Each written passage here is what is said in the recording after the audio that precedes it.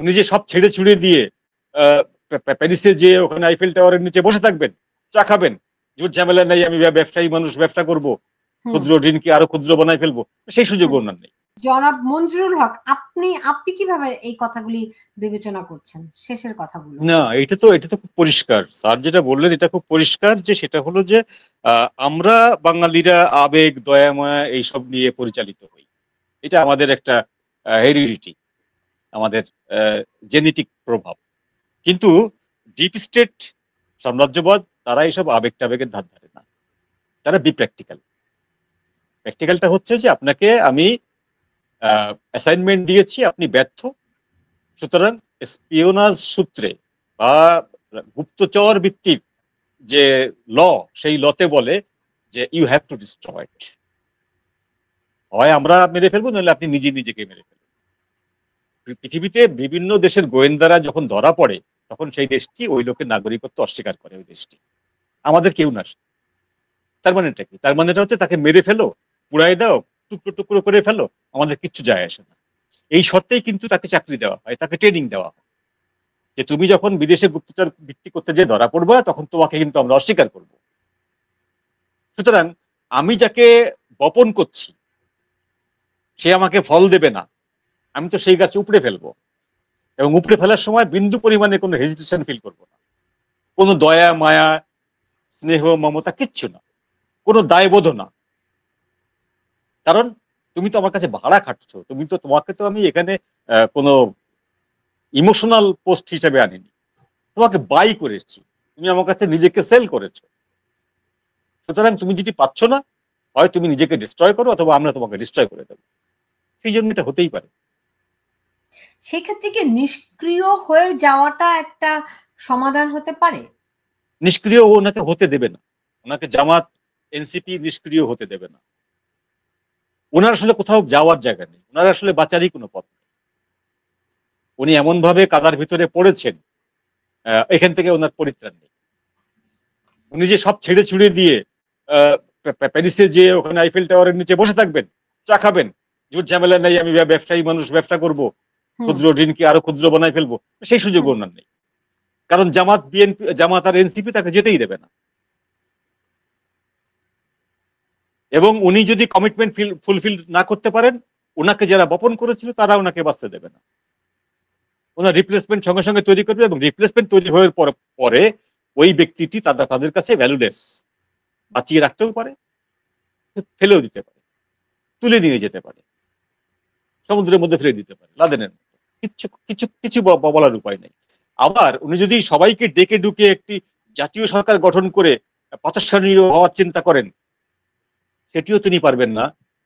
ওই যে ইসলামিস্ট রেডিকালিস্ট যারা আছে তাদের কারণে। অর্থাৎ উনি ডাইনে বায়ে সামনে পেছনে কোন জায়গায় যাওয়ার মতন রাস্তা রাখেন না। আপনাদের কথা শুনে আমি আতঙ্কিত বোধ করছি। এটা লজিক, আমাদের কথা না ভাই, এটা লজিকের কথা। আমাদের ব্যক্তিগত কোনো কথা নাই এখানে, আমাদের ব্যক্তিগত ভালো লাগা মন্দ লাগার কোনো বিষয় না। এটা হচ্ছে যুক্তির কথা, এবং জিওপলিটিক্সের যে নোংরা খেলা। আমরা জিওপলিটিক্স খুব সুন্দর করে উচ্চারণ করি, শব্দটা বেশ গাল ভরা একটা শব্দ, কিন্তু এর ভিতরকার যে নোংরামি গুলো আছে, সেই নোংরামি গুলো আমরা অ্যাভয়েড করি, আমরা এড়িয়ে যাই। এই নোংরামি গুলোর কিছু যদি আমরা বলি, এই যে আপনি এখন যেমন ভয় পাচ্ছেন এই নোংরামি গুলো শুনে, তাই না? আমরা এটাকে বলি যে হ্যাঁ, লুসিফারকে ডেকে আনলে লুসিফার একজনকে প্রাণ সংহার করে তারপরেই ফেরে। কি সহজ কথা, আমরা সিনেমায় দেখেছি লুসিফারকে ডাকতে নাই, তো আমি লুসিফারকে ডেকে নিয়ে এসেছি, তাকে বসিয়েছি। এখন লুসিফার কি করবে? কিচ্ছু করার নেই। এখন প্রফেসর ইউনূস যদি প্রথম 3 মাসের ভেতরে নির্বাচন দিয়ে চলে যেতেন, উনি প্রাতঃস্মরণীয় হতেন এই বাংলাদেশে। ওনাকে মানুষ বিশাল এক নেতার পর্যায়ে শ্রদ্ধা করতেন চিরদিন, যতদিন উনি বাঁচবেন ততদিন শ্রদ্ধাটি পেতেন। কিন্তু উনি করেননি সেটা, কারণ ওনার সীমাহীন লোভ আছে, উনি ব্যবসায়ী মানুষ, উনি সেই লোভটাকে সামলাতে পারেন। পাওয়ার একটা বিশাল জিনিস। আমি এটা না, এখানে আপনাদের আমি একটা জিনিস বলি, একটু ডক্টর মোহাম্মদ ইউনূসের পক্ষ নিয়েই বলছি আমি। এখানে দুটি জিনিস। আপনারা বলছেন তার লোভের কারণে তিনি নির্বাচন ৩ মাসের মধ্যে দেননি।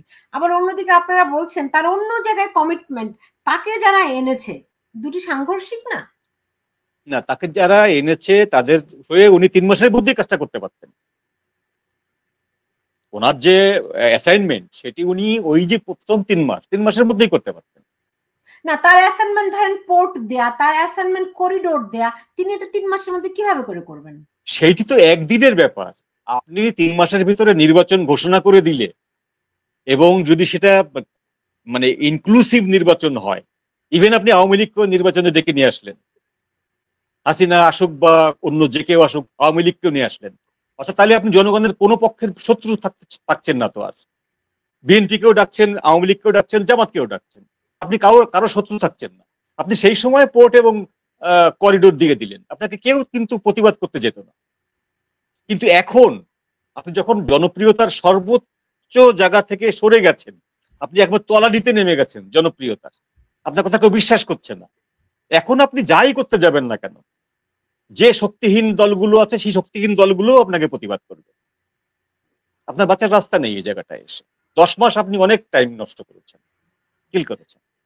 জি। ওই জায়গায় এই জন্যই বলছি যে বিষয়টি শুধুমাত্র দায়িত্বপ্রাপ্ত নয়, এই বিষয়টির সাথে লোভ জড়িয়ে আছে। আমি একটা কথা বলে শেষ করি, এটি হলো প্লেখানভ লেনিনের থেকে বড় নেতা ছিলেন, কিন্তু আমরা লেনিনকেই সবচেয়ে বড় মানি, বিশাল মানি। প্লেখানভ একজন দার্শনিকের মতো ছিলেন। প্লেখানভের একটি গুরুত্বপূর্ণ কথা হচ্ছে যে হিউম্যান ক্যারেক্টার বড়ই বিচিত্র এবং পৃথিবীর সবচেয়ে জটিল কম্পিউটার হচ্ছে মানুষের ব্রেন। সবচেয়ে জটিল বস্তু, যেটা আপনি হাজার হাজার বছর গবেষণা করলেও আপনি বুঝতে পারবেন না যে এই লোকের থিঙ্কিংটা কোন দিকে পরিচালিত হচ্ছে। মনুষ্য ব্রেনের মতো এরকম জটিল কোনো কিছু নেই। তো সেই ব্রেনের সবচেয়ে কাঙ্ক্ষিত বস্তুর নাম হচ্ছে পাওয়ার। টাকা না, পাওয়ার। মানুষের টাকা হতে পারে, বিলিয়ন ট্রিলিয়ন টাকা হতে পারে, but he have no power. রাষ্ট্র ক্ষমতা একটা এমন একটি পাওয়ার যে এই পাওয়ার একবার যদি কেউ এনজয় করা শুরু করে, সেই জায়গা থেকে সরে আসা খুব চারটিখানি কথা। টাকার মোহ আপনি কাটাতে পারবেন, আপনার 1 বিলিয়ন চলে গেছে, আর 1 বিলিয়ন আপনি ইনকাম করবেন, কিন্তু পাওয়ার পরে সেই পাওয়ার আপনি সকাল বিকাল পাবেন না। একবার পাওয়ার পরে সেই পাওয়ারটার মোহ মানুষ কাটাতে পারে। এই জায়গাটাই বলছি আমি যে ওনার লোভ, নাথিং এলস, অন্য কিছু না। তার যারা ক্রিয়েটর তাদের কাছে তিনি কমিটেড, তাদের কাছে তিনি কমিটেড যে তিনি কি দেবেন। যেমন ধরুন যে তিনি চীনে গেলেন, চীনে যে কমিটমেন্ট করে এসেছিলেন যে আপনারা 7 সিস্টার একটা ল্যান্ডলক জোন, আপনারা এখানে এসে আপনারা চট্টগ্রামে এসে যত খুশি আপনাদের জায়গা নিন, আপনারা এখানে ব্যবসা করুন, আমরা গার্ডিয়ান অফ দ্য ওশান। হ্যাঁ, তো চীনকে উনি আহ্বান করেছিলেন সেখানে আসুন, আপনারা লালমনিরহাটে আমাদের একটি পরিত্যক্ত এয়ার স্ট্রিপ আছে, আপনারা সেটা রিনোভেশন করে সেখানে আপনারা বিমান টিমান রাখতে পারেন, সেইটি আপনাদের স্ট্র্যাটেজিক একটা পয়েন্ট হবে। আপনারা মংলা পোর্ট আধুনিকায়ন করতে পারেন, আপনারা বাংলাদেশে ইনভেস্ট করতে পারেন এবং সেই ইনভেস্টগুলো সব প্রফিটেবল হবে। ইনি প্রপোজাল দিয়ে এসেছিলেন, জাপানকে প্রপোজাল দিয়ে এসেছেন। তো সেই তিনি যখন তার যারা ক্রিয়েটর তাদেরকে যখন তিনি কমিটমেন্ট করে এসেছিলেন যে আমি এই দুটো জিনিস অবশ্যই দেব, তার একটি হচ্ছে কোনো একটি জায়গায়, চট্টগ্রামের বাফার জোনের কোনো একটি জায়গায় আমি একটি ঘাঁটি করতে দেব। সেটি টেকনাফে হতে পারে, সেটি সেন্ট মার্টিনে হতে পারে, সেটি আমাদের শিলখালিতে হতে পারে, কক্সবাজারে হতে পারে। এটি ঘাঁটি দেব এবং চট্টগ্রাম পোর্টকে আমরা পরিচালনার জন্য একটি মাল্টিন্যাশনাল কোম্পানির কাছে দেব, যে কোম্পানিটা আপনাদের প্রফিটেবল। এখন এরকম পোর্ট কিন্তু বিভিন্ন কোম্পানিকে লিজ দেওয়া বিভিন্ন দেশের সিস্টেম আছে, বিভিন্ন দেশ এটা দিয়ে থাকে। আমরা যদি রেফারেন্স দেখি যে কোরিয়া থেকে শুরু করে এই এন্টার যে এশিয়ান, পূর্ব এশিয়ার যে বেল্ট, এখানে অনেক দেশই নিজেদের পোর্ট বিদেশি বিভিন্ন এক্সপার্ট যারা হ্যান্ডেলার তাদেরকে দিয়ে হ্যান্ডেল করায়, আছে এরকম। কিন্তু উনি যে স্বপ্নটি দেখাচ্ছেন সেইটি হচ্ছে অলীক স্বপ্ন। উনি বলছেন যে এই হ্যান্ডেলারদের সাথে বাংলাদেশের যারা লোকজন আছে তারা এই কাজটা ভালো করে শিখে নেবে, শিখে নেওয়ার পরে আজ থেকে 10 বছর পরে বাংলাদেশের এই লোকগুলো বিশ্বের অনেক জায়গায় পোর্ট হ্যান্ডেল করবে। পোর্ট হ্যান্ডেল করে আপনাদের কোটি কোটি ডলার আমাদের ইনকাম হবে। এই জিনিসগুলো হচ্ছে অলীক স্বপ্ন, জাস্ট অলীক স্বপ্ন এগুলো, ফর নাথিং এই কথাগুলো বলা। কারণটা হচ্ছে যে আমরা অনেক কিছু করে অনেক কিছু করতে পারি, কিন্তু কতগুলো লিমিটেশন আছে আমাদের, তাই না?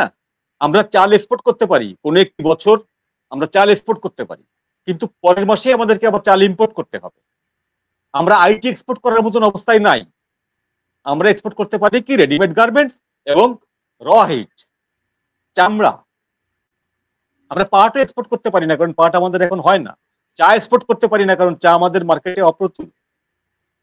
সুতরাং এই যে 10 বছর পরে আমাদের এক্সপার্টরা পোর্ট হ্যান্ডেল করা শিখবে এবং শিখে বিদেশে বিভিন্ন জায়গা থেকে যে কাজ আনবে এবং বাংলাদেশ কোটি কোটি ডলার আনবে, এই জিনিসটা হচ্ছে যে ওই কৃষক বলেছিল যে তুমি কি জানো চাঁদ কেন বেঁকা? বলে হ্যাঁ জানি, জানবো না কেন? বলে বলো তো চাঁদ কেন বাঁকা হয়ে ওঠে? বেগুন যেহেতু বাঁকা, চাঁদ তো বাঁকা হইতেই হবে। হ্যাঁ, ব্যাপারটা হচ্ছে যার যার মতো করে শেষে এরকম করে বানিয়ে নেন, লজিক বানিয়ে নেন। এখন আপনি সোজাসাপটা বলুন যে ভাই আমি কথা দিয়ে এসেছিলাম, তাদেরকে আমি এই এই ফ্যাসিলিটি গুলো দেবো, সেই কথার বিনিময়ে আমি কিছু পেয়েছিলাম, তোমরাও সেটা কিছু পাও, এটা এমিকেবলি আমরা দিয়ে দিই। এই যে স্বপ্ন দেখানোর তো কোনো দরকার নেই। 10 বছর পর বাংলাদেশ কোটি কোটি টাকা ইনকাম করবে, এদের কাছ থেকে শিখবে। ওদের কাছ থেকে শিখতে গেলে তো আমি কোরিয়া যেয়ে শিখে আসতে পারি, আমি ওমানে যেয়ে শিখে আসতে পারি, আমি কুয়েতে যেয়ে শিখে আসতে পারি। আমার এখানে পোর্ট দিয়ে শিখতে হবে কেন? মনে রাখতে হবে আমাদেরকে, ইস্ট ইন্ডিয়া কোম্পানি প্রথমে একটি নৌকা রাখার জায়গা চেয়েছিল নবাবের কাছে। তাদের যে বাণিজ্যিক নৌকাটা, সেই নৌকাটা ডাকাতির ভয়ে বলছে যে একটা জায়গা দিন, আমি নৌকাটা রাখবো, ওটা যেন ডাকাতরা এসে হামলা টামলা না করে। তারপর 200 বছর, তারপরের ইতিহাস 200 বছর। তো আমরা একটা পোর্ট দিচ্ছি, চিটাগাং তো আর দিচ্ছি না, আমরা চিটাগাং শহরটা তো আর দিচ্ছি না, একটা পোর্ট হ্যান্ডেল করতে দিচ্ছি। তাও একটা পোর্টের গোটাটা না, নিউমোরিং অঞ্চলটা, নিউমোরিং অঞ্চলটা দিচ্ছি আমি হ্যান্ডেল করতে, তার কিছু পয়সার বিনিময়ে। কিন্তু আমি যদি ওই রেফারেন্সে ফিরে যাই যে ইস্ট ইন্ডিয়া কোম্পানি শুধুমাত্র নৌকা রাখার জায়গা চেয়েছিল, সৈন্য রাখার জায়গাও চায়নি, দেশ দখল করতেও চায়নি, কিচ্ছু না, কিন্তু 200 বছর। তো আমরা গড় পোড়া গরু, আমরা জানি যে সাম্রাজ্যবাদীরা কোথাও যখন সূচ হয়ে ঢোকে কিভাবে ফাল হয়ে বের হয়। বুঝতে পারছি। আমরা জানি তালেবান থেকে যখন মার্কিন সাম্রাজ্যবাদ যখন পাত্তালি গুটায় চলে যায়, বাংলাদেশের বহু মানুষ হাততালি দিচ্ছিল মার্কিন সৈন্যদের চলে যাওয়া দেখে, খুশি। বাঙালি তো অল্পে খুশি হয়, চলে যাওয়া দেখে খুশি হচ্ছিল।